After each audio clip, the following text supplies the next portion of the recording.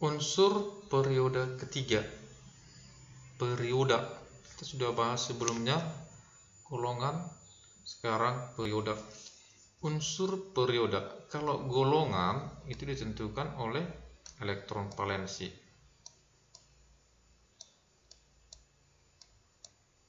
Ya kan?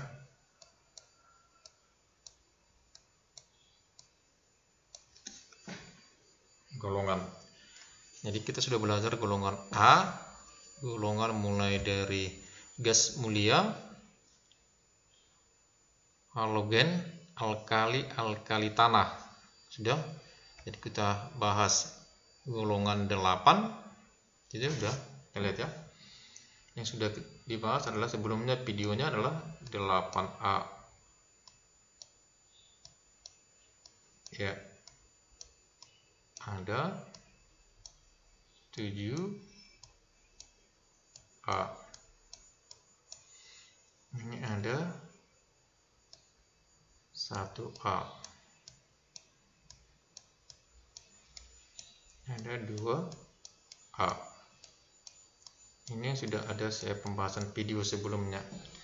Kalau 8A kita udah tahu gas mulia, 7A halogen, 1A alkali, 2A adalah alkali tanah. 8A berarti elektron valensinya 8. 7A berarti elektron valensinya 7. 1A elektron valensinya 1A. 2A berarti elektron valensinya 2. Jadi kenapa disebut dia golongan 8A? Karena sama-sama elektron valensinya 8. Tapi ada pada saat itu kecualinya adalah helium ya, hanya 2 elektron valensinya. Kalau 7A, kenapa disebut golongan 7A? Karena sama-sama mempunyai 7 elektron valensinya. Itu golongan. Golongan itu dari atas ke bawah. Nah, sekarang periode adalah yang horizontal. Ini dia. Inilah satu periode. Ya. Dari kiri ke kanan itu artinya periode, atau sebaliknya kalau golongan dari atas ke bawah sudah, atau bawah ke atas. Jadi dia adalah yang vertikal untuk golongan, yang periode adalah yang horizontal. Nah, kita lihat periode ketiga. Periode ketiga berarti periode itu dilihat dari JK-nya, jumlah kulitnya. Berarti periode adalah jumlah kulit. Kenapa disebut periode ketiga? Berarti jumlah kulitnya sama-sama 3. Oke, berarti semua ini periode ketiga ini mulai dari Na, Mg, Al, Si, P, SCl, Ar itu kulitnya sama-sama 3. Berarti ada berapa unsur periode ketiga ini? 1, 2, 3, 4, 5, 6, 7, 8. Ada 8 unsur.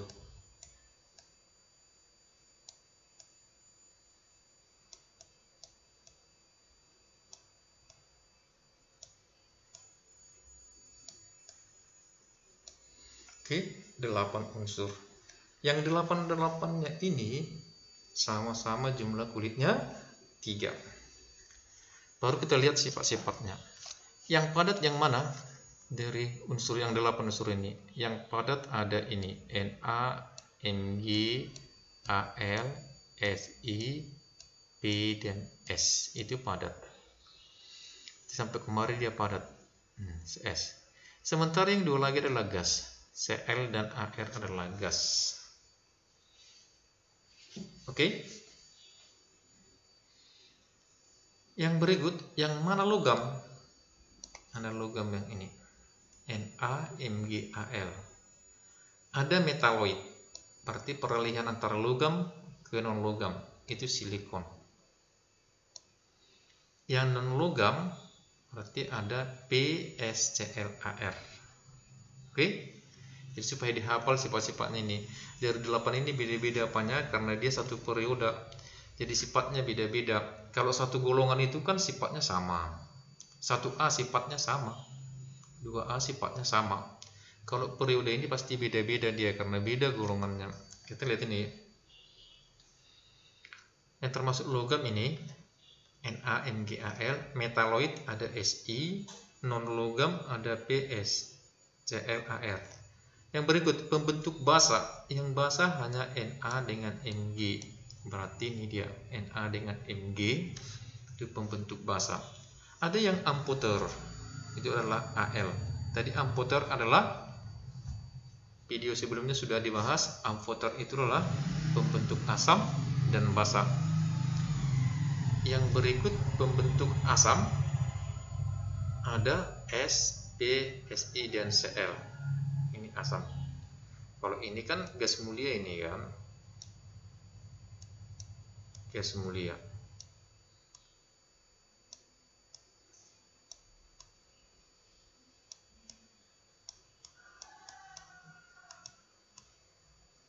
Sudah stabil. Oke. Yang berikut sifat-sifat lain dari kiri ke kanan, dari sini, dari kiri ke kanan. Ini kiri, dari kiri ke kanan. Energi ionisasi bertambah, berarti bertambah kemarin dia. Berarti energi ionisasi terbesar adalah Ar. Elektromagnetiknya bertambah. Afinitas elektron bertambah, oksidasi bertambah, sifat asam makin kuat. Jadi afinitas elektron tertinggi adalah Cl, bukan Ar lagi, karena Ar sudah tidak dapat. Afinitas kan energi yang dibutuhkan untuk menerima satu elektron. Jadi ini kan, kalau ini kan sudah full. Oksidasi bertambah, sifat asam makin kuat, berarti paling kuat adalah Cl. Biloxnya maksimal bertambah. Jari-jari kebalikannya, ini dia, jari-jari atom berkurang, sifat basa berkurang, sifat logam berkurang, reduktor berkurang, volume atom berkurang. Ini dia, dari kiri ke kanan. Oke, ini sifat-sifatnya. Yang berikut, kemiripan sifat secara diagonal dapat terjadi pada unsur periode kedua dengan periode ketiga. Li dengan Mg satu diagonal, maka sifatnya sama. Oke. Bereaksi dengan N saat pembakaran. Jadi ini sama-sama bereaksi dia. Li ini hasilnya, Mg ini hasilnya. Ini Li dengan nitrogen hasilnya ini.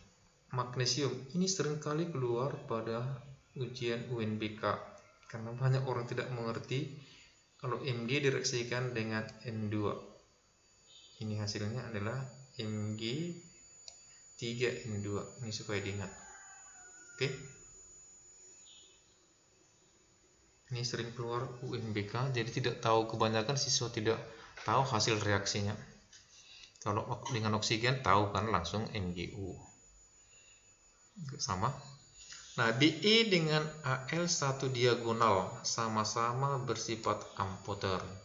Maka membentuk asam basa ya, bereaksi dengan asam dengan basa. Be ini dia.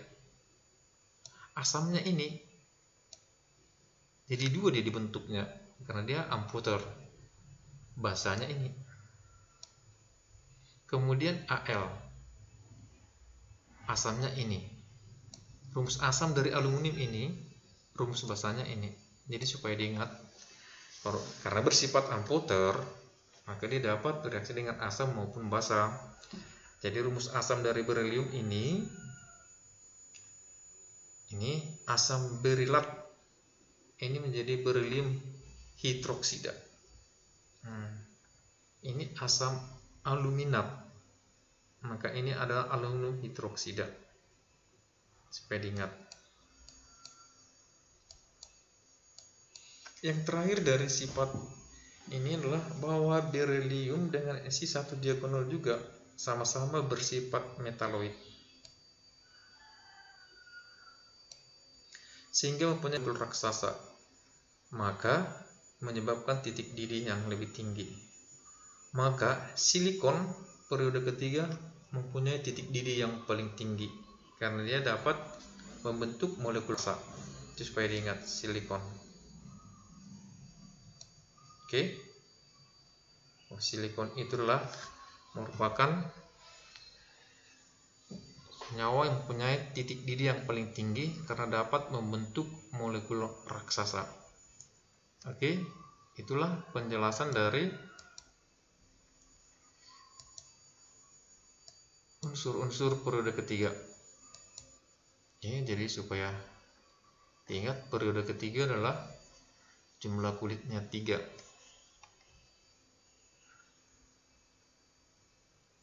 Oke. Demikian penjelasan. Jangan lupa like, comment, share, dan subscribe. Terima kasih.